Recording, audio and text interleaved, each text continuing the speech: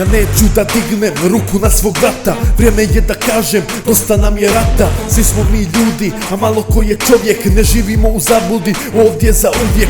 Ovdje mir vlada i to se meni dopada, ja ne želim više brata napada. Nismo iste vjere, al neću da se mrzimo, svi smo isti ljudi, za mir da se borimo. Ne želim ove podjele, politika nas truje, mi smo jaki borci i pobjeđujemo uvijek. Svi smo mi isti i vjerujemo u Boga, stop nacionalizmu, dosta nam je toga.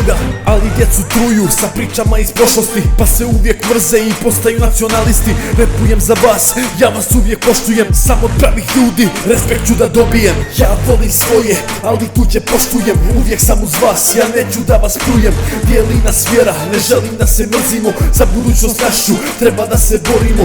Ja volim svoje, ali tuđe poštujem, uvijek sam uz vas, ja neću da vas plujem. Dijeli nas vjera, ne želim da se mrzimo, za budućnost našu treba da se borimo. Rat nam je nanio mnogo bola i patnje, razuman čovjek me neće da shvati. Politika je kriva, sve nas je prevarila, neću da gledam kako brat brata ubija. I ne želim pušku da brata svoga ubijem, jer time nemam ništa da dobijem. Neka zna Bosna i neka zna Srbija, dosta nam je mržnje, to nas uvijek ubija. Dosta mi je laži i vaših obećavanja, samo zbog politike nastala su stradanja. Želim slobodu i hoću da je potražim, znam da prošlost boli, ali dosta nam je laži.